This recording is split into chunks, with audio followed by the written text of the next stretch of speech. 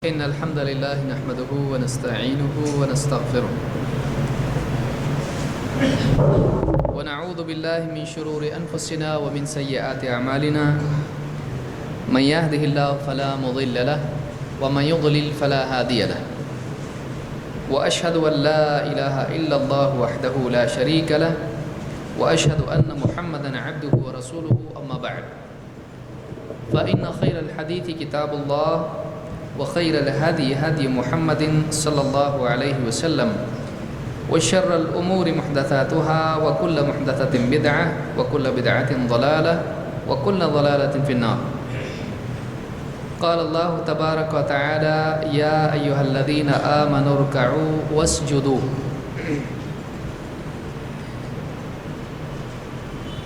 پچھلے دروس میں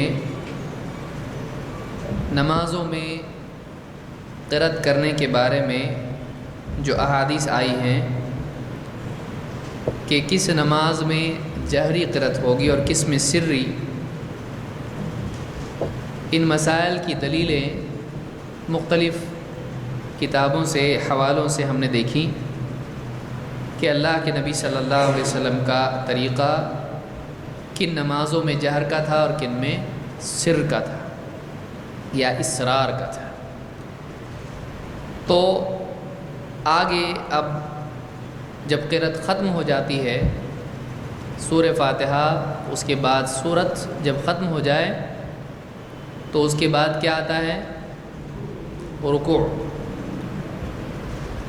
تو چار چیزیں اس کے بعد ہیں: رکوع سے کھڑے ہونا، سجدہ اور سجدوں کے درمیان بیٹھنا. چونکہ روایات جو اس باب میں آئی ہیں عام طور سے ان میں چاروں چیزیں اکثر ایک ساتھ ذکر ہوتی ہیں، لہٰذا روایتوں کو کاٹ کاٹ کے الگ بیان کرنا ایک مشکل چیز ہوتی ہے. اس لیے اس پورے باب کو ایک ساتھ ہم جمع کرتے ہوئے اس بارے میں دلائل دیکھیں گے. پھر ایک اور چیز اس میں آتی ہے، وہ یہ کہ ان حالتوں میں کیا پڑھا جائے، یعنی رکوع کی حیت کیسی ہو، رکوع سے کھڑے کس طرح ہوں، سجدے میں کس طرح سے جائیں، سجدے میں کس طرح سے رہیں، سجدوں کے درمیان کس طرح سے بیٹھیں، اور ان حالتوں میں ہر حال میں کیا ذکر ہے. تو اس کی کیا دلیلیں ہیں، آئیے ایک ایک کر کے ہم اس کی دلیلیں دیکھتے ہیں. صفحہ نمبر 33 پر ہم ہیں، صحیح ہے؟ 33 ہاں 36 ہے 32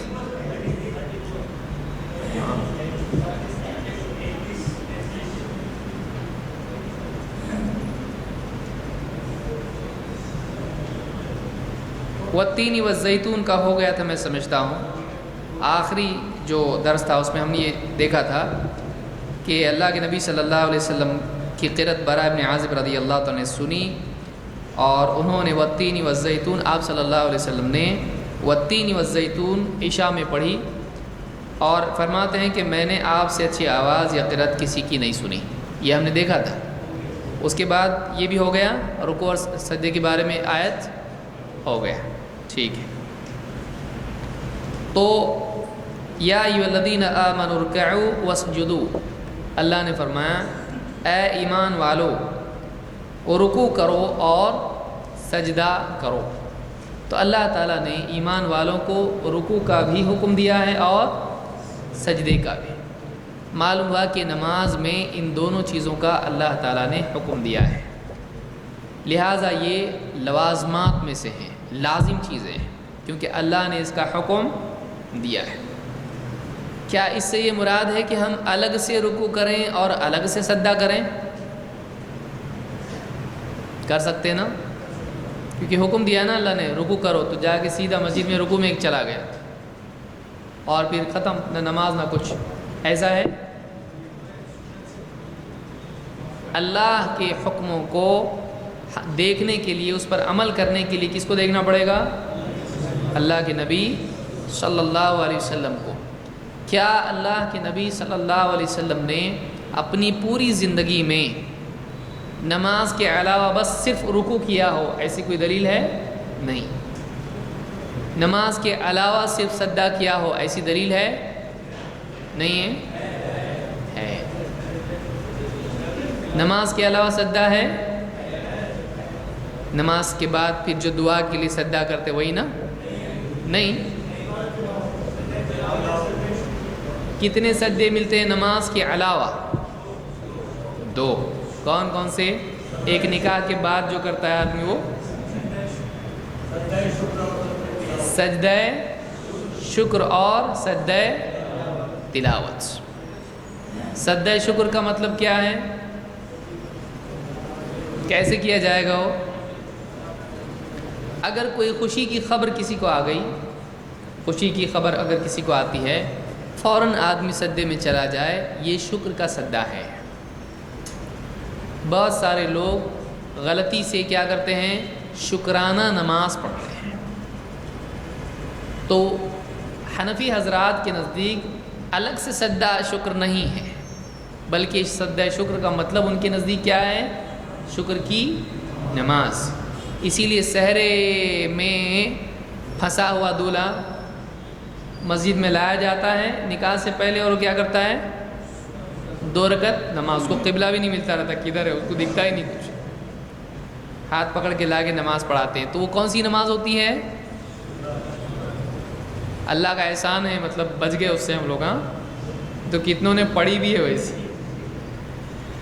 تو شکر کی نماز وہ مانتے ہیں، لیکن میرے علم میں اللہ کے نبی صلی اللہ علیہ وسلم سے اس طرح کی کوئی نماز ثابت نہیں ہے۔ البتہ مستقلاً سجدہ آپ سے ثابت ہے اور صحابہ سے بھی ثابت ہے۔ تو آپ صلی اللہ علیہ وسلم کی عادت یہ تھی کہ آپ کو کوئی خوشی کی خبر پہنچتی، آپ فوراً سجدے میں چلے جاتے ہیں۔ اس کو سجدہ شکر کہتے ہیں۔ اور دوسرا ہے سجدہ تلاوت، کہ اگر آدمی بیٹھا ہوا قرآن کریم کی آیات کی تلاوت کر رہا ہو اور پھر کوئی ایسی آیت آ جائے جس میں سجدہ ہے، تو پھر آدمی اس وقت میں کیا کرے؟ سجدہ کرے۔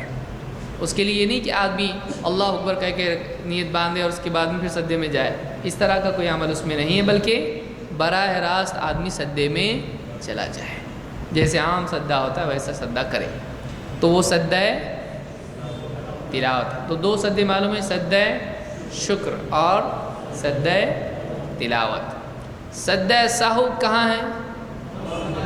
وہ نماز سے جڑا ہوا ہے، کیونکہ نماز میں کمی، غلطی، بھول، آگے پیچھے، کم زیادہ اگر کچھ اس طرح سے ہوتا ہے تو اس کی بھرپائی کے لیے کیا ہے؟ تو سجدہ شکر، سجدہ سہو، سہو لوگ کہتے ہیں اس کو، کیا ہے وہ؟ سہون، یعنی سہو، سہو ایسا اس کو کہا جائے گا۔ سین ہا واو، سہو، ہا پر جزم ہے، سین پر زبر ہے یا فتحہ ہے، اور واو ہے، سہو۔ تو اس طرح سے آپ SAHW ایسا آپ اس کو کہیں، سہو۔ تو سجدہ سہو کیا ہے؟ نماز میں غلطی کی بھرپائی ہے، تو وہ نماز ہی سے کیا ہے؟ جڑا ہوا ہے، اس لیے اس کے بعد کیا ہوتا ہے؟ سجدہ سہو کے بعد کیا ہوتا ہے؟ سلام۔ نماز ختم کس پر ہوتی ہے؟ سلام پر۔ تو نماز سے متعلق ہے، نماز میں ہے وہ سجدہ سہو۔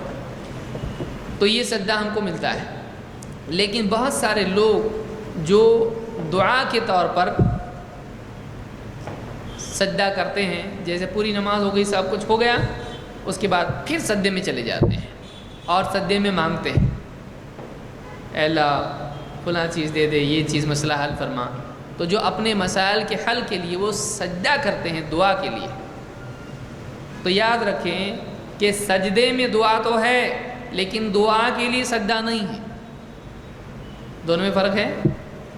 سجدے میں آدمی چلا جائے اور پھر اللہ سے مانگے، نماز میں چاہے وہ فرض نماز ہو، سنت ہو، نفل ہو، اس میں آدمی مانگے اللہ سے، یہ تو ہے، لیکن دعا مانگنے کے لیے سجدے میں جانا یہ ثابت ہے نہیں ہے۔ اللہ کے نبی صلی اللہ علیہ وسلم نے اپنی پوری زندگی میں ایسا سجدہ کبھی کیا نہیں، کوئی دلیل اس کی نہیں ہے. تو جس کو نبی صلی اللہ علیہ وسلم نے نہیں کیا اس کو نہیں کرنا چاہیے. اپنے طور سے کچھ بھی ہم عمل نہ نکالیں. تو یہاں پر اللہ نے جو رکوع اور سجدے کا حکم دیا ہے تو یہ نہیں کہ مستقلاً آدمی رکوع کرے، بلکہ رکوع ایسا کرے جیسا نبی نے کیا، سجدہ ویسا کرے جیسا ہمارے نبی صلی اللہ علیہ وسلم نے کیا. یا ایھا الذین آمنوا ارکعوا واسجدوا، اے ایمان والو رکوع کرو اور سجدہ کرو. یہ سورہ الحج کی آیت نمبر 77 ہے. آئیے اس سلسلے میں ہم دیکھتے ہیں کہ رکوع کی کیفیت کیا ہے، رکوع کیسے کیا جاتا ہے.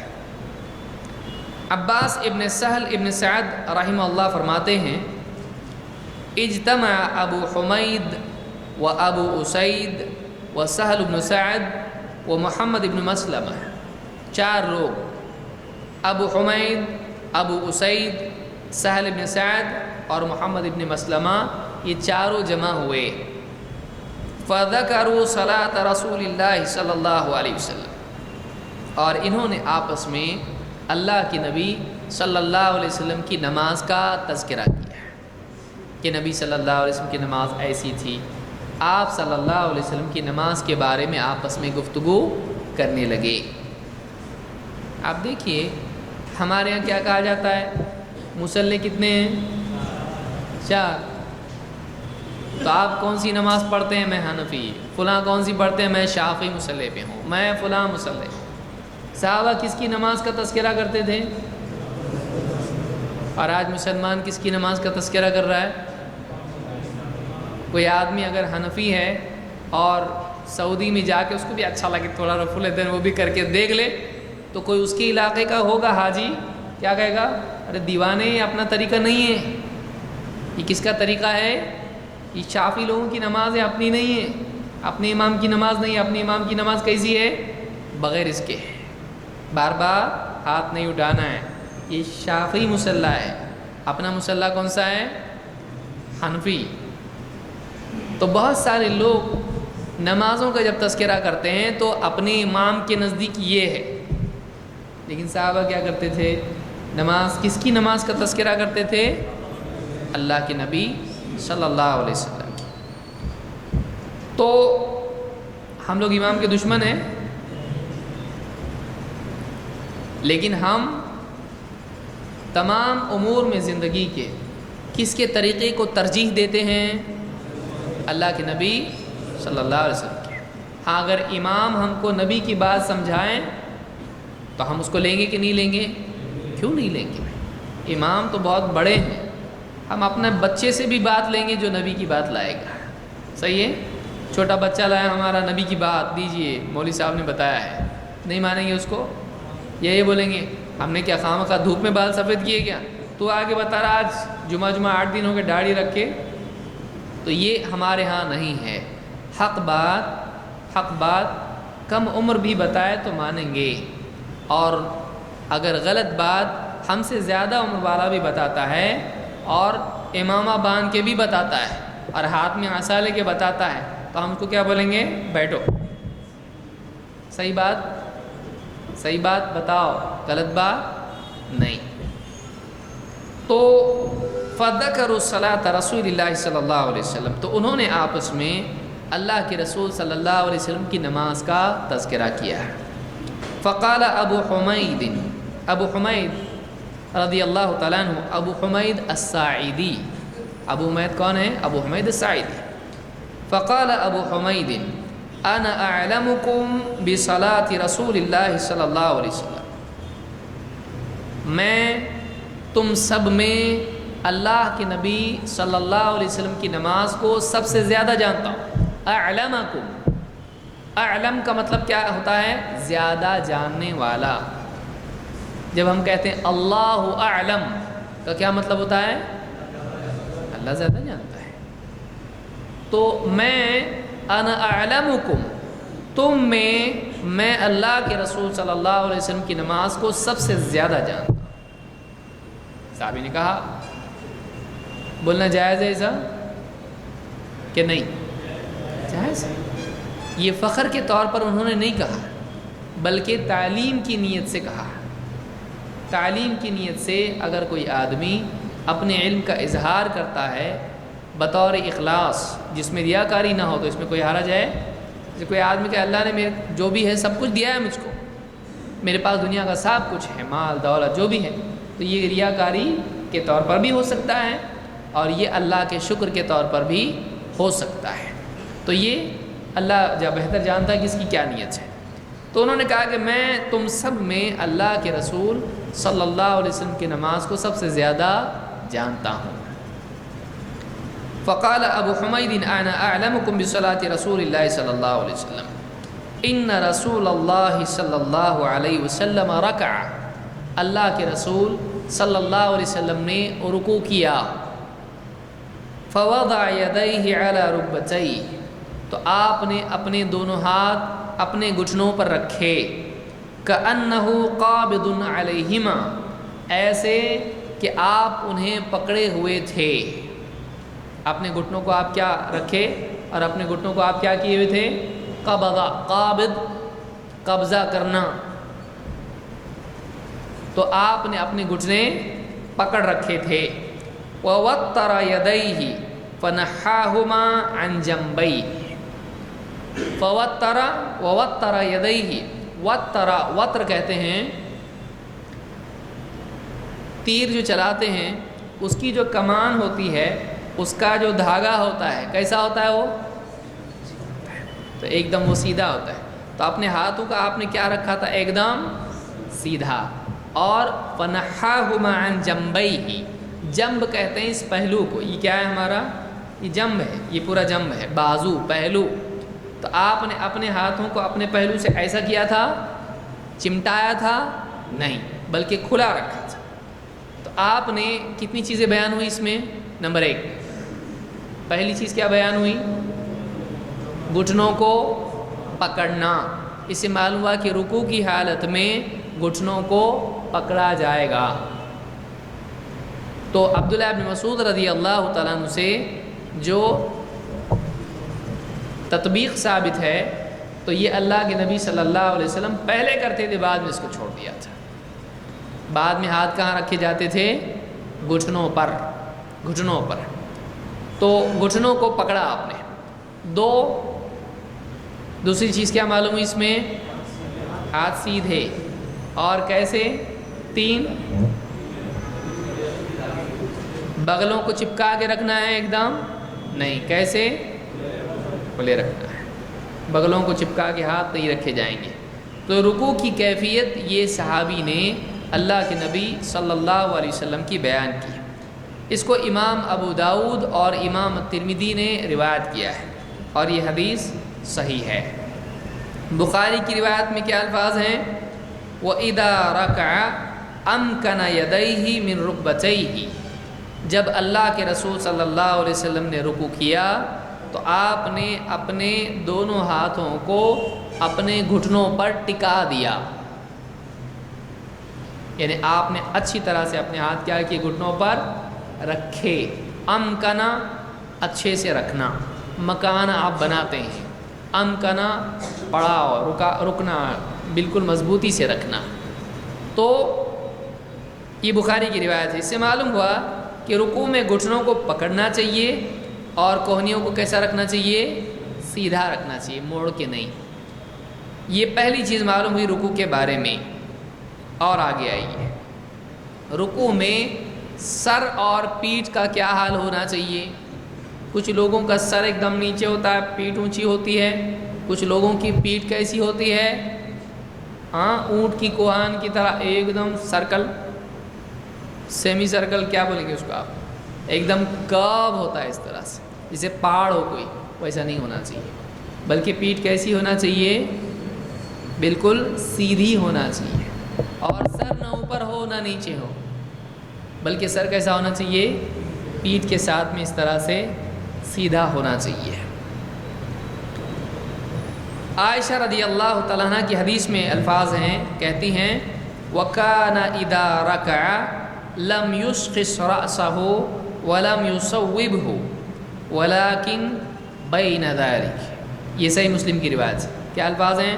کہ جب اللہ کے رسول صلی اللہ علیہ وسلم اور رکوع کرتے تو اپنا سر نہ اوپر اٹھاتے نہ ایک دم جھکا لیتے، بلکہ کیا کرتے؟ ولیکن بین ذالک، تو پیٹھ جب آپ کی سیدھی ہوتی ہے رکوع میں تو آپ سر نہ ایک دم اوپر کرتے اور نہ ایک دم نیچے کرتے، بلکہ آپ کا سر برابر کیا ہوتا؟ بین ذالک، درمیان میں ہوتا تھا، یعنی پیٹھ کی سیدھ میں کیا ہونا چاہیے؟ سر۔ یہ بھی ہم کو مسلم کی روایت سے، صحیح مسلم میں روایت موجود ہے، اس روایت سے بات معلوم ہوتی ہے۔ بہت سارے لوگ رکوع میں کہتے ہیں نگاہ کہاں ہونا چاہیے؟ پاؤں کے انگوٹھوں پر۔ کوئی دلیل اس کی ہے؟ نہیں۔ اور اسی وجہ سے اکثر اوقات سر بھی کیا ہو جاتا ہے؟ بہت زیادہ جھک جاتا ہے۔ تو رکوع میں نگاہ کہاں ہونا چاہیے؟ پوری نماز میں نگاہ کہاں رہے گی؟ سجدے کی جگہ پر۔ پھر اور آگے آئیے، جب آدمی رکوع کے بعد سجدہ کرے گا تو اس کی کیفیت کیا ہے؟ تو ایک بات یہ معلوم ہوئی کہ رکوع میں پیٹھ کیسی ہونا چاہیے؟ ایک دم سیدھی، اور سر بھی سیدھا، کا مطلب پیٹھ کی سیدھ میں ہونا چاہیے، جھکا ہوا بھی نہیں اور اٹھا ہوا بھی نہیں۔ یہ بھی نہیں کہ رکوع میں آدمی اوپر دیکھے کون کون رکوع کر رہا، سب کو گنے، امام صاحب کیا کر رہے رکوع میں، یہ بھی دیکھے۔ سر اٹھانا ہے رکوع میں؟ نہیں، بلکہ سر جھکانا ہے، اور نگاہ کہاں رکھیں گے؟ دونوں پاؤں کے سجدے کی جگہ پر رکھیں گے۔ کس کے سجدے کی جگہ پر؟ اپنے۔ بہت سے لوگ دائیں بائیں پورے مسجد میں گھومتے رہتے ہیں۔ اب رکوع کے بعد جب آدمی سجدے میں جائے تو اس کی کیفیت کیا ہے؟ اللہ کے رسول صلی اللہ علیہ وسلم فرماتے ہیں، یہ حدیث ہے، اس کے بعد 43 نمبر، صحیح ہے، دونوں ہاتھوں کا گھٹنوں سے پہلے زمین پر رکھنا۔ اللہ کے رسول صلی اللہ علیہ وسلم فرماتے ہیں، اذا سجد احدکم فلیضع یدیہ قبل رکبتیہ ولا یبرک بروک البعیر، تم میں سے جب کوئی آدمی سجدے میں جائے تو وہ اپنے دونوں ہاتھوں کو گھٹنوں سے پہلے رکھے اور اونٹ کی طرح بروک نہ کرے، اونٹ کی طرح دھڑام سے زمین پر نہ گرے۔ برکا اونٹ کا بیٹھنا، اونٹ کیسا ہوتا ہے؟ دھپ سے بیٹھتا ہے۔ تو اس حدیث میں جو امام ابو داؤد اور نسائی کی روایت ہے اور صحیح روایت ہے، اس حدیث میں دو باتیں ہیں۔ جب تم میں سے کوئی سجدہ کرے فَلْيَضَعْ يَدَيْهِ قَبْلَ رُكْبَتَيْهِ، اس کو چاہیے کہ وہ اپنے دونوں ہاتھ گھٹنوں سے پہلے زمین پر رکھے، وَلَا يَبْرُكْ بُرُوكَ الْبَعِيرِ، اور اونٹ کی طرح زمین پر نہ بیٹھے۔ اب کچھ لوگوں کو لگتا ہے پہلی بات اور دوسری بات الگ ہو رہی ہے، کیونکہ اونٹ کو ہم نے بیٹھتے دیکھا، وہ پہلے کوئی بولتا ہے پیچھے بیٹھتا ہے، کوئی بولتا ہے پہلے آگے بیٹھتا ہے۔ ہاں، تو اب اونٹ کو دیکھ کے جو آدمی فیصلہ کرے گا اس کا مشاہدہ ہے۔ دو، نبی صلی اللہ علیہ وسلم نے مشاہدہ کرنے کے بعد جو حکم دیا ہے وہ آپ کا حکم ہے، تو ہم اپنا مشاہدے سے اگر سمجھ میں نہیں آئے تو سلامتی کس میں ہے؟ دیکھیے، اونٹ دیکھ رہے کھڑے ہو کے، ایک تو پہلے اونٹ ملتا نہیں، اب یوٹیوب زندہ باد، اب طرح طرح کے اونٹ اس میں دکھ رہے ہیں، افریقہ کا اونٹ، عرب کا اونٹ، اور دیکھ رہے ہیں کیسا بیٹھ رہا ہے، کوئی کیسا بیٹھ رہا ہے، کوئی کیسا بیٹھ رہا ہے، تو اب اس کو سمجھ میں کچھ آ رہا نہیں، تو اس کو بنیاد بنائے گا، یا بہتر یہ ہے کہ نبی صلی اللہ علیہ وسلم نے جو بات اونٹ کو دیکھنے کے بعد بتائی کہ ایسا نہیں بیٹھے لیکن ایسا کرے، تو اس پر عمل کرنے میں کیا ہے؟ سلامتی ہے۔ کہ میرے کو اونٹ کا سمجھ میں نہیں آ رہا لیکن نبی کی بات سمجھ میں آتی ہے، تو یقینی چیز کے مقابلے میں گمان والی چیز کو یا واضح نہیں ہو رہی ہے ایسی چیز کو ترجیح دے سکتے ہیں؟ نہیں. تو نبی صلی اللہ علیہ وسلم کے الفاظ کیا ہیں؟ بالکل واضح ہیں. بعد میں ہم آگے آ رہے ہیں اونٹ کے بارے میں. آپ نے کیا فرمایا؟ تم میں سے جب کوئی سجدہ کرے تو کیا کریں؟ اپنے ہاتھوں کو اپنے گھٹنوں سے پہلے زمین پر رکھے، یعنی پہلے ہاتھ رکھے، اس کے بعد کیا رکھے؟ گھٹنے رکھے، اور اونٹ کی طرح نہ بیٹھے. تو ہم نے اونٹ کو اگر کسی نے نہیں دیکھا زندگی بھر تو کیا کرے گا؟ ابھی اس کوئی گناہ گار ہوگا؟ وہ ضروری نہیں ہے، اونٹ کو نہیں دیکھا. اب اس کو عمل کرنا ہے تو وہ کیا کرے گا؟ اونٹ تو نہیں دیکھا میں نے، اونٹ کیسا بیٹھتا نہیں معلوم مجھ کو. تو اس کے لیے طریقہ کیا ہے پھر؟ جیسا آپ بتا رہے ہیں کہ ہاتھ پہلے ٹکا ہے. کچھ لوگ کہتے ہیں ہم نے دیکھا اونٹ کو لیکن پہلے تو وہ پاؤں ٹکا رہا ہے. آپ یہ بتائیے کہ اونٹ کے ہاتھ ہوں یا پاؤں، سب کے سب کہاں ٹکے ہوتے ہیں؟ ہوا میں. وہ تو آلریڈی ٹکے ہوئے بھائی. سمجھ میں آ رہی بات؟ کہ اونٹ کے آپ اس کی مرضی. آپ کو اگر ہاتھ لفظ بہت اچھا پسند ہے تو آپ ہاتھ کہیے، پاؤں پسند ہے تو آپ پاؤں کہیے. اونٹ کے ہاتھ یا پاؤں جو بھی ہوتے ہیں وہ پہلے سے زمین پر کیا ہوتے ہیں؟ کیا ایسے دو پاؤں پہ چلتا ہے اونٹ یا دو ہاتھ پہ؟ ٹکے ہوئے ہوتے ہیں. پھر جب وہ بیٹھتا ہے تو اس بیٹھنے کی کیفیت میں جو زمین پر ٹکتا ہے اس کی مشابہت گھٹنوں سے ہوگی یا ہاتھوں سے؟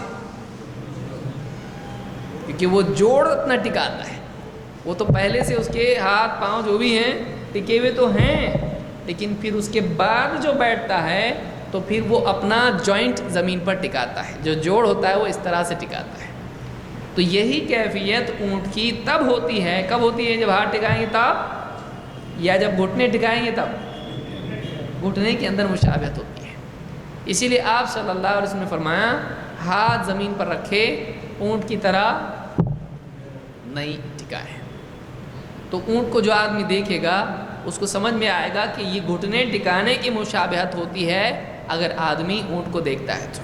اونٹ کا بیٹھنا گھٹنوں کو پہلے ٹکانے کی مشابہت ہے، نہ کہ ہاتھ ٹکانے کی، کیونکہ آلریڈی اس کے ہاتھ زمین پہ ہی ہے. ایسا نہیں ہوتا ہے کہ ایسا بیٹھتا ہو. بیٹھتا ایسا، پہلے دو ہاتھ اوپر ہیں اس کے، اور مان لیجیے دو پاؤں ہیں، دو ہاتھ کیجئے دو پاؤں کیجئے. اب آدمی سے اس کو تشبیہ دینا ہے، آپ کو یہی ماننا پڑے گا نا. آگے کے ہاتھ ہے، پیچھے کے پاؤں ہیں. اب آدمی نماز میں سے جب جاتا ہے سجدے میں رکوع کے بعد تو اونٹ کو بھی کیسا ہونا پڑے گا؟ تو ہاتھ ٹکانے کی صورت میں کیا ہوگا؟ پہلے ایسا رکھ کے وہ بیٹھے گا، لیکن ایسا بیٹھتا ہے اونٹ نہیں. اس کے ہاتھ تو پہلے سے زمین پہ کیا ہیں؟ ٹکے ہوئے. اب اس کے بعد وہ کیا کرتا ہے؟ جیسا گھٹنے ٹکائے جاتے ہیں ویسے پاؤں زمین پر رکھتا ہے. سمجھ میں آئی بات؟ تو اللہ کے نبی بعض، اسی لیے بعض لوگوں نے غلطی یہاں پر کی. انہوں نے کہا حدیث مقلوب ہے، حدیث میں کچھ تو گڑبڑ ہو گئی ہے، پاؤں کی بجائے ہاتھ آ گیا ہے، کیونکہ اونٹ تو ایسا بیٹھتا ہے. تو انہوں نے اونٹ کو اپنے حساب سے دیکھا اور حدیث کے الفاظ کو کیا سمجھا؟ راوی سے غلطی ہوئی. راوی سے غلطی نہیں ہوئی، پڑھنے والے سے، سننے والے سے غلطی ہو رہی ہے، سمجھنے والے سے غلطی ہو رہی، کیونکہ حدیث بالکل اپنی جگہ صحیح ہے، اس میں کچھ بھی آگے پیچھے نہیں ہوا ہے. کیوں؟ آگے آئیے. نافع رحمۃ اللہ علیہ فرماتے ہیں کہ ابن عمر کا عمل کیا تھا. ابن عمر کہتے ہیں، ابن عمر کا عمل نقل کرتے ہیں کون؟ نافع. ابن عمر کون ہے؟ صحابی ہیں. انہو کان یضع یدیہ قبل رکبتیہ، کہ عبداللہ ابن عمر رضی اللہ تعالیٰ عنہ گھٹنوں سے پہلے ہاتھ زمین پر رکھتے تھے. وقال کان رسول اللہ صلی اللہ علیہ وسلم یفعل ذلک، اور انہوں نے کہا کہ اللہ کے رسول صلی اللہ علیہ وسلم بھی ایسا ہی کرتے تھے. تو اب وہ جو شبہ ہے اونٹ اونٹ سمجھ میں نہیں آ رہا اونٹ، تو اب وہ شبہ کہ واقعی کیا زمین پر پہلے رکھنا چاہیے، کس کو دیکھیں گے تو سمجھ میں آئے گا؟ نبی صلی اللہ علیہ وسلم کو. تو صحابی خود بھی پہلے ہاتھ ٹکاتے تھے زمین پر گھٹنوں سے پہلے، اور انہوں نے اپنی وجہ کیا بتائی؟ میں بوڑھا ہو گیا ہوں. بہت سارے لوگ عمل نہیں کرنا چاہتے ہیں تو بہانے تراش لیتے ہیں. ہو سکتا ہے اللہ کے نبی صلی اللہ علیہ وسلم بوڑھے ہو گئے ہوں اور بڑھاپے میں آپ نے ایسا کیا ہو. فلسفی بھائی یہ اس وقت میں تھا وہاں پہ؟ اللہ کے رسول صلی اللہ علیہ وسلم نے کیوں ایسا کیا؟ اپنی طرف سے ہو سکتا ہے بول کے عمل نہیں کرنا، ہمیں کہیں ہو سکتا ہے یہ سنت ہو اور افضل ہو، تو پھر یعنی وجہ آپ کی ہی صحیح کیوں ہوگی بھائی؟ آپ ہو سکتا ہے آپ بڑھاپے کی وجہ سے ایسا کرتے تھے، نہیں ہو سکتا ہے آپ بڑھاپے کی وجہ سے نہیں بلکہ سنت کی وجہ سے ایسا کرتے تھے، تو اس کا انکار کون کرے گا؟ کوئی دلیل ہے؟ اب فیصلہ آپ کو کرنا پڑے گا کہ وہ بڑھاپے کی وجہ سے ہے کہ سنت کی وجہ سے ہے۔ کیسا کریں گے فیصلہ آپ بتائیے؟ آپ ترجیح کیوں دیں گے اس کو؟ کیسے دیں گے؟ 63 سال کے تھے، ضعیف نہیں تھے، ایسا 63 سال میں ضعیف نہیں ہوتے؟ تو عمل ہی کے بارے میں بات ہو رہی، ہو سکتا ہے کہ بڑھاپے کی وجہ سے ایسا کیا ہو۔ اس عمل کو کون کر رہا ہے اور کیوں کر رہے ہیں؟ خود بھی کر رہے ہیں اور بتا رہے ہیں کہ میں کیوں کر رہا ہوں، وجہ کیا بتا رہے ہیں؟ میں بوڑھا ہو گیا ہوں، بلکہ یہ عمل کس کا ہے؟ تو معلوم کیا کہ نبی صلی اللہ علیہ وسلم کے اس عمل کو صحابی نے بڑھاپے کی وجہ سے کرتے تھے اس لیے میں نہیں کروں گا ایسا کیا، بلکہ انہوں نے کیا کیا؟ خود بھی کیا اور اپنے عمل کی دلیل کیا پیش کی؟ تو معلوم ہوا کہ یہ عمل سنت ہے، یہ عمل کیا ہے؟ تو اس کے اندر یہ نہیں ہے کہ بڑھاپے کی وجہ سے ایسا کیا۔ اگر واقعی بڑھاپے کی وجہ سے ہوتا تو عبداللہ ابن عمر رضی اللہ تعالیٰ کہتے کہ بڑھاپے کی وجہ سے تھا، بھائی تم لوگ مت کیا کرو ایسا، بلکہ وہ خود عمل کرتے تھے اور کہتے تھے کہ یہ عمل کس کا ہے؟ نبی کا۔ تو صحابی نے اس کو بڑھاپے کی وجہ سے نہیں سمجھا، جو آدمی زبردستی اس کو بڑھاپے کی وجہ سے بنائے اس کی عقل بوڑھی ہو گئی ہے، اس کی عقل خراب ہو گئی ہے، اپنی طرف سے زبردستی وجہ اس کی بتا رہا ہے۔ نبی صلی اللہ علیہ وسلم کے عمل کے لیے بے جا علتیں بیان کر کے اس کو کالعدم کر دینا، کینسل کر دینا، یہ اہل بدعت اور اہل ہوا کا طریقہ ہے، یہ نہیں ہونا چاہیے۔ تو یہ روایت جو میں نے بیان کی یہ ابن خزیمہ کی روایت ہے، امام ابن خزیمہ نے اس کو روایت کیا اپنی صحیح میں، اور امام البخاری نے بھی اپنی صحیح میں اس کو تعلیقاً روایت کیا ہے۔ تعلیق کس کو کہتے ہیں؟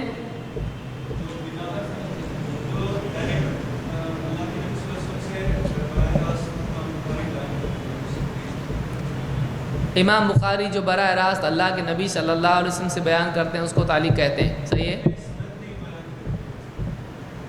سند نہیں بیان کرتے ہیں، ایک اضافی اس میں کنڈیشن ہو گئی، کیا ہے تعلیق؟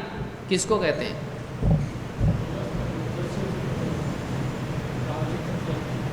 جو تابعی تک جاتی ہے اس کو کیا کہتے ہیں؟ تعلیق۔ اب دو ڈیفینیشنز ہو گئے، اب آپ لوگ جج ہیں، بتائیے تعلیق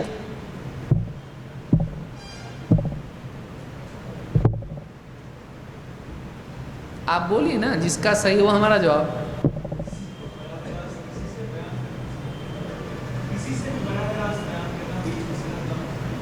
کسی سے براہ راست بیان کرنا، بیچ میں سند بیان نہیں کرنا، ایسا ہے؟ اچھا مطلب ایک ایک لفظ آتا رہے گا اس میں، سند مکمل بیان نہیں کرنا، یہ تعلیق ہے؟ بغیر سند کے بیان کرنا، مکمل بیان نہیں کرنا، ان کے ساتھ بیان کرنا۔ چلیے اور کچھ؟ اب اتنے زیادہ ہے تو کچھ اور بڑھ گئے تو کچھ نقصان ہونے والا ہے، بتائیے۔ اصول حدیث کے درس میں کتنے لوگ تھے؟ ذرا تھوڑا سا ایسا، ہاں کتنے لوگ تھے بتائیے، کون کون تھا اصول حدیث؟ ٹھیک ہے، نہیں تھے آپ، باقی لوگ نہیں تھے اس میں؟ کون نہیں تھا اصول حدیث کے درس میں؟ قابل قبول ہے آپ لوگوں کا عذر۔ کیوں نہیں سنے آپ لوگوں نے اصول حدیث کا درس اب تک؟ آپ لوگوں کو دیکھیے یہ کیسے سمجھے گا پھر کہ تعلیق کس کو کہتے ہیں؟ اس کے لیے ضروری ہے کہ آپ ان دروس کو آپ سنیں، جن علماء کے دروس میسر ہیں اس سلسلے میں کسی نہ کسی کا درس آپ سنیں، تاکہ وہ اصطلاحات آپ کو معلوم ہوں۔ اور کوئی ہے تعریف اس کی؟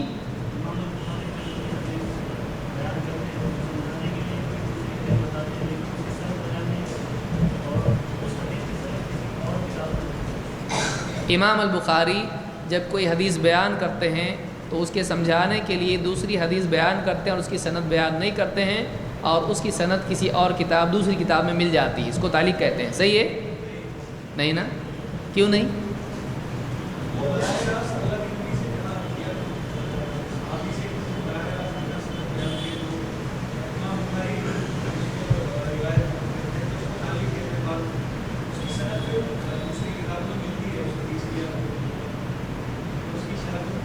یہ تعریف ہے کہ بیان؟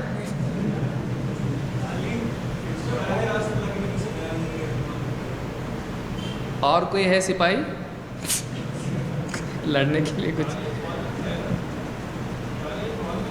معلق سے؟ ہاں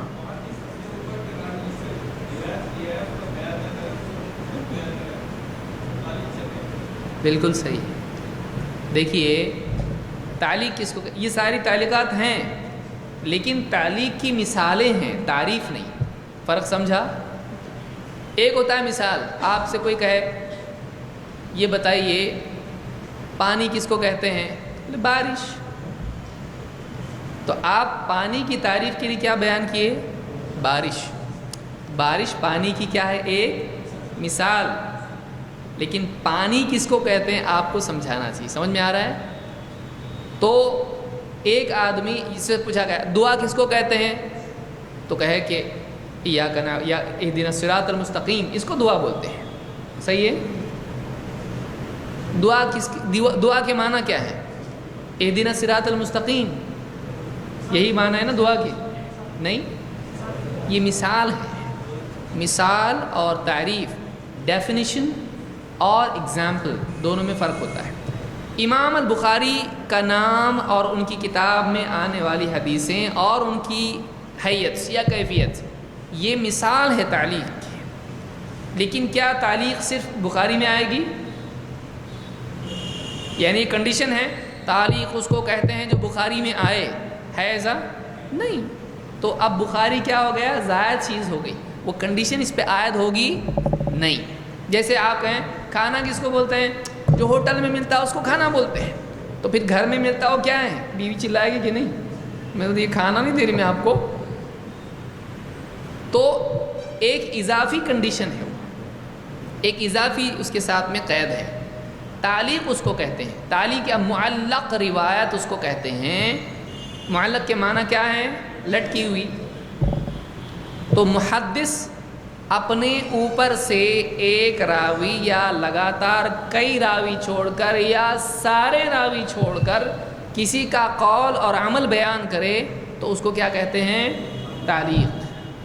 تو میں نے محدث کہا، امام بخاری کہا نہیں، کیونکہ امام بخاری کے لیے نہیں ہوگا کوئی بھی محدث، اور اپنے اوپر سے ایک راوی چھوڑیں، دو تین، کتنے، ایک دو کچھ، یا سارے ہی چھوڑ دیں اپنے اوپر سے جن سے اس نے روایت لی ہے۔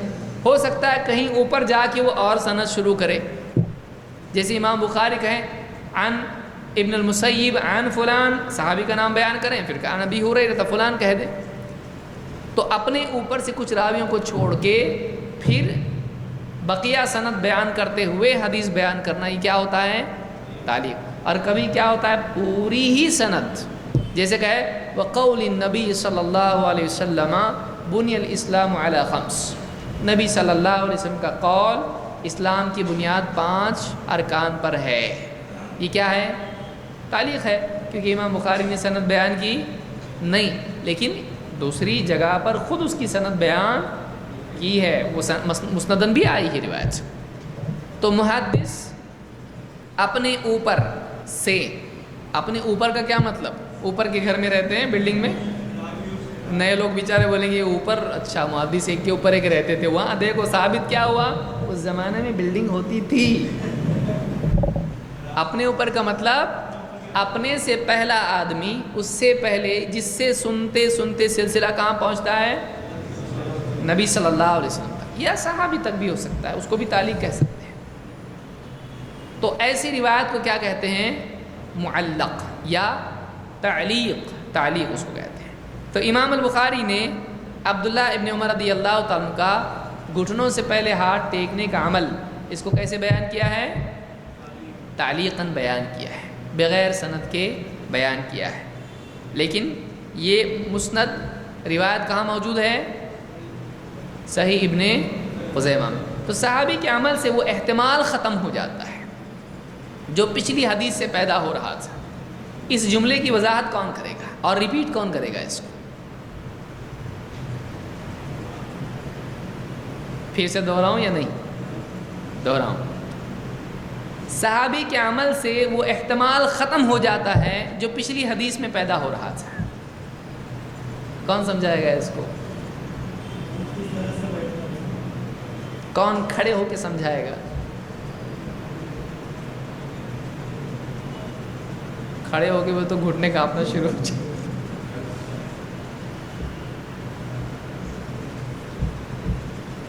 اور اپنے الفاظ مطلب شرارتی بچے کی طرح ہو جاتے ہیں جو ہاتھ سے چھوٹ جاتے ہیں۔ کون بتائے گا اس کو؟ یہ جملہ میں نے کیا کہا؟ کون بتائے گا؟ ہاں، میرا جملہ کیا ہے؟ ہاں؟ کم ہو جاتا ہے یا ختم ہو جاتا ہے؟ ختم ہو جاتا ہے۔ ہاں ہاں،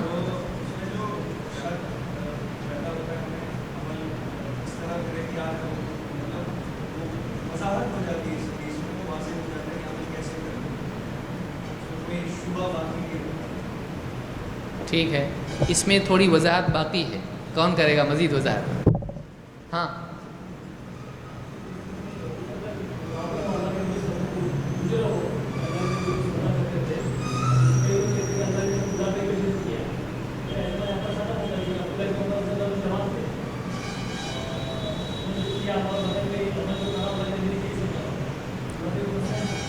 اس پچھلی حدیث میں احتمال کا مطلب کیا ہے؟ کون بتائے گا؟ احتمال کا مطلب شبہ ہے۔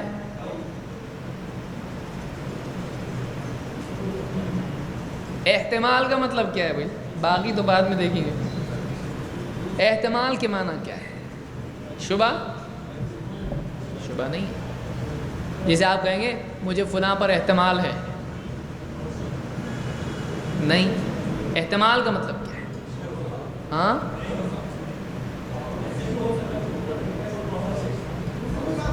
دیکھیے میں یہ کیوں کر رہا ہوں؟ میں اس لیے کہ یہ الفاظ آپ کو کتابوں میں ملیں گے اور آپ اس کو پڑھ کے کچھ کا کچھ اگر سمجھے تو کچھ کا کچھ بولیں گے بھی۔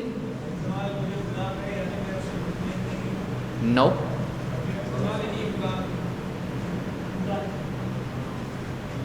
ایک معاملے میں کئی پاسبلٹیز ہوتی ہیں۔ فلاں آدمی آج درس میں نہیں آیا، کیوں نہیں آیا؟ اس کو نہیں آنا تھا، درس میں ضدی ہے بہت، درس اچھا نہیں لگتا اس کو، اس لیے نہیں آیا۔ ایسا ہے؟ نہیں، اس میں اس بات کا احتمال ہے کہ وہ بیمار ہو، اس میں اس بات کا احتمال ہے اس کے نہیں آنے میں کہ ہو سکتا ہے اس کے گھر مہمان آئے ہوں، یہ بھی احتمال ہے کہ وہ راستے میں ہو، پہنچے ابھی۔ سمجھ میں آ رہا ہے؟ تو احتمال کا مطلب کیا ہوا؟ اب یہ بھی ہو سکتا، امکان، یہ بھی ہو سکتا ہے، یہ بھی ہو سکتا ہے، یہ بھی ہو سکتا ہے۔ تو ایک ہی چیز نہیں ہے بلکہ کئی احتمالات اس میں ہیں، تو اس کو کیا کہتے ہیں؟ احتمال، پاسبلٹیز، آپشنز، کچھ بھی ہو سکتا ہے۔ اسی لیے کہتے ہیں اذا جاء الاحتمال بطل الاستدلال، جب کسی چیز کا احتمال ہو کہ ایسا بھی ہو سکتا ہے، ایسا بھی ہو سکتا ہے، تو آپ زبردستی ایک کو پکڑ کے بیٹھ سکتے ہیں؟ نہیں۔ وہ ایسی جیسے کوئی آدمی یعنی جاب پہ نہیں آئے اور آپ کہیں کہ آج یہ پکنک پہ گیا ہے پکا، تو آپ کو معلوم نہیں، پھر بھی آپ کیا کہہ رہے ہیں؟ میرا دل بول رہا ہے یہ پکنک پہ گیا ہے، حالانکہ وہ بیمار ہو سکتا ہے کہ نہیں۔ تو جب احتمال ہے تو کسی ایک کی ضد کرنا صحیح ہے؟ نہیں. تو یہاں آپ اس اصول کو کیسے لاگو کریں گے؟ بلا دلیل اس احتمال کو. کتنے احتمال ہے اس میں؟ کچھ لوگ بولیں گے کیوں آیا میں آج؟ ہاں، 2 احتمال اس میں بتائے جا رہے ہیں. ایک احتمال کیا ہے؟ بڑھاپے کی وجہ سے کیا ہوگا. 2، اونٹ کا بیٹھنے میں راوی سے غلطی ہوئی ہوگی، یا اونٹ کا ہاتھ پاؤں آگے پیچھے کیا بیٹھنے کا طریقہ ہے. تو یہ احتمال ہے کہ راوی نے بیان کرنے میں غلطی کر دی. پاؤں بولنا چاہیے تھا، گھٹنے پہلے بولنا چاہیے تھا، لیکن پہلے کیا بول دیا؟ ہاتھ. پہلے ہاتھ ٹکا دے لیکن الٹا بول دیا، کیونکہ اونٹ کے بارے میں ہم دیکھ رہے ہیں کہ ایسا نہیں، ایسا بیٹھتا ہے. تو یہ دونوں احتمال کس سے ختم ہو گئے؟ صحابی کے عمل سے. کیا صرف صحابی کا عمل ہے وہ؟ تو اس حدیث میں کتنے عمل آئے؟ 2. ان 2 کے عمل سے، 2 عمل کس کے ہیں؟ ایک عمل ہے صحابی کا، دوسرا عمل ہے نبی کے عمل سے. کون سا احتمال ختم ہوا؟ اونٹ کا احتمال ختم ہوا. ہاں، اونٹ کا احتمال ختم ہوا نا. یعنی اونٹ والا معاملہ کہ جس میں اونٹ پہلے پاؤں ٹکاتا ہے کا احتمال ہے. آپ کو لگ رہا ہے ایسا، پہلے گھٹنے ٹکاتا ہے پھر ہاتھ ٹکاتا ہے. وہ احتمال حدیث میں جو غلطی ہوئی ہے، ایسی غلطی کا احتمال کیا ہو گیا؟ کیونکہ جیسا حکم دیا ویسا عمل کس کا ہے؟ نبی صلی اللہ علیہ وسلم کا.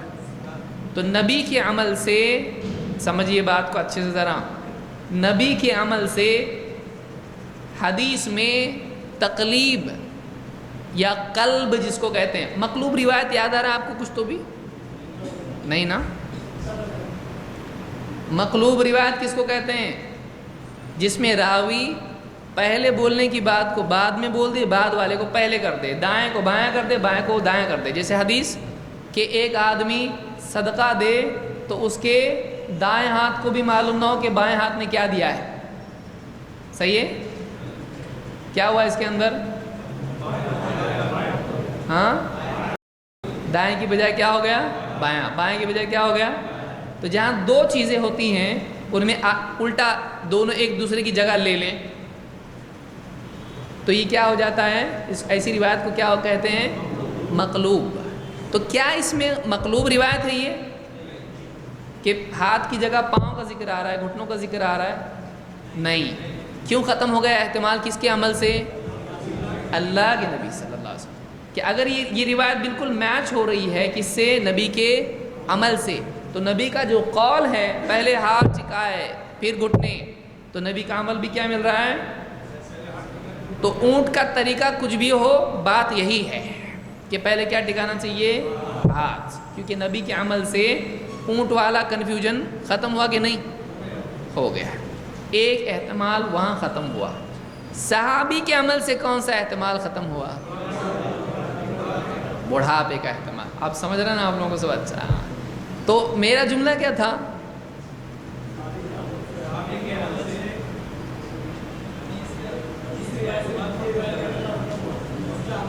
آپ لوگوں کو مناظرے کرنا ہے، کیسا کریں گے؟ کیا بولے؟ ذرا واپس بولو. بولے تو بدل کے بولتا پھر وہ.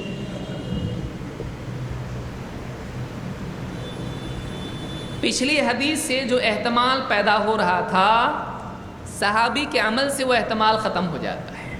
صحیح؟ ہاں ہاں. تو اب 2 عمل سے 2 احتمال ختم ہو گئے. اونٹ والا کنفیوژن ختم ہوا نبی کے عمل سے، اور بڑھاپے کا احتمال ختم ہو گیا صحابی کے اس کی اتباع کرنے کی وجہ سے، کہ وہ عذر کی وجہ سے نہیں تھا بلکہ سنت تھا، اسی لیے انہوں نے اس کی اتباع میں ایسا کیا. یہ نہیں کہ بڑھاپے کے ساتھ اس کو خاص کیا. ٹھیک ہے. ہم یہ بھی کہیں گے اس میں کہ مان لیجئے وہ بڑھاپے کے لیے تھا، تو بوڑھے لوگوں کو تو کم سے کم وہ عمل کروانا چاہیے کہ نہیں؟ لیکن جو کہا جاتا کہ نہیں پہلے گھٹنے ٹکانا پڑیں گے. حالانکہ بولنا کیا چاہیے؟ جو علت بیان کر رہے ہیں کہ اللہ کے نبی صلی اللہ علیہ وسلم نے بڑھاپے کی وجہ سے ایسا کیا، تو جواب یہ ہونا چاہیے اور عمل واقعی اتباع یہ ہونا چاہیے کہ ہاں بھائی جو آدمی بوڑھا ہے اس آدمی کے لیے یہ سنت ہے، ہونا چاہیے کہ نہیں اگر مان لو ایسا ہے تو۔ لیکن یہ بھی نہیں کہا جاتا بلکہ جوان اور بوڑھے دونوں کو بھی منع کیا جاتا ہے۔ جیسے خضاب مثال کے طور پر بال سفید ہوں تو کیا کرے گا آدمی؟ خضاب کرے گا۔ تو جس آدمی کے بال سفید ہیں اس کے لیے کم سے کم خضاب ہے کہ نہیں ہے، کہ اس کو بھی اس کو منع نہیں کریں گے۔ تو اسی طرح سے اگر مان لیجئے بڑھاپے کی وجہ سے ہے تب بھی کم سے کم یہ کہنا چاہیے کہ بھائی بوڑھوں کو ایسا کرنا چاہیے، لیکن یہ بھی کوئی کہتا ہے نہیں۔ تو جو وجہ بتائی جا رہی ہے اس کے مطابق عمل بھی نہیں ہے۔ ہمارا کہنا ہے کہ بڑھاپے کی وجہ سے تھا نہیں۔ تو اس حدیث کو اچھے سے سمجھ لیا آپ نے؟ دیکھیے اچھی طرح سے نصوص کو دلائل کو سمجھنا یہ بہت ضروری ہے۔ چاہے آدمی پوری بخاری یاد کر لے، اگر اس کو سمجھنا نہیں ہے تو وہ مسئلے ثابت کر سکے گا نہیں۔ اس لیے سمجھنا بہت ضروری ہے اور یہ بہت بڑی نعمت ہے۔ اور ایک جملہ میں کہہ رہا ہوں اس کو آپ پہلے تو سمجھائیے، حفظ علم فہم علم کے لیے ہے، صحیح ہے کہ نہیں؟ مقصود کیا ہے؟ فہم ہے، اسی لیے علم کی کیا ہے؟ حفاظت ہے۔ دلیل صحیح ہے، سب بولے اب، ہاں دیکھا میں کون کون بولا صحیح۔ دلیل کیا ہے اس کی؟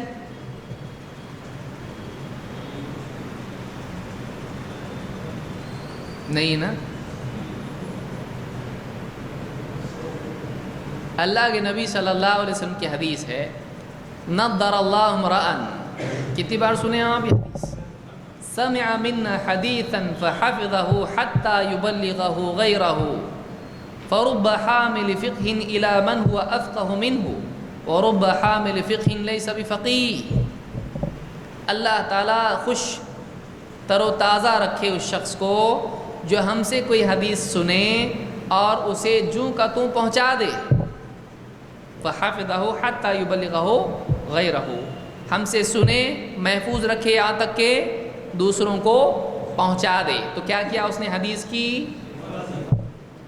کیونکہ بہت سے فقہ کے حامل، یعنی حدیث کیا ہے؟ فقہ کا علم اس میں ہے، گہری سمجھ اس میں ہے، حکمت کی بات اس میں ہے، ایسے لوگوں تک اس کو پہنچا دیتے ہیں جو ان سے زیادہ گہری سمجھ رکھنے والے ہوتے ہیں، اور بہت سے حکمت کی فقہ کی بات کو لے جانے والے خود گہری سمجھ رکھنے والے نہیں ہوتے ہیں۔ تو کیوں پہنچانے والے کے لیے دعا کی؟ کس حفاظت کی وجہ سے۔ فائدہ کیا ہوگا؟ سمجھدار تک پہنچائے گا، اس لیے اس کے لیے دعا کی جا رہی ہے۔ تو مقصود کیا ہے؟ اس عقل مند گہری سمجھ رکھنے والے تک اس حدیث کو پہنچانا کہ اس کے سنبھالنے کی وجہ سے وہ سمجھدار تک بات پہنچے گی۔ تو حفاظت علم یہ بہت بڑا وسیلہ ہے اس بات کا کہ فقیہ تک بات پہنچے، تاکہ وہ اس سے مسائل کا استنباط کرے اور امت کو فائدہ پہنچائے۔ تو صرف علم کی حفاظت کرنا مقصود ہے؟ سب سنبھال کے کریں گے کیا؟ جیسے ایک آدمی دنیا کی پوری حدیث کی کتابیں، فقہ کی کتابیں، تفسیر کی کتابیں، اصول کی کتابیں بڑی جگہ خریدا اور سب لا کے رکھ دیا ہوتا ہے، کیا؟ ٹھیک ہے بھائی، بہت اچھا کام کیا، لیکن اس سے اس کو علمی فائدہ ہوگا جب تک کہ وہ اس کو سمجھے گا نہیں۔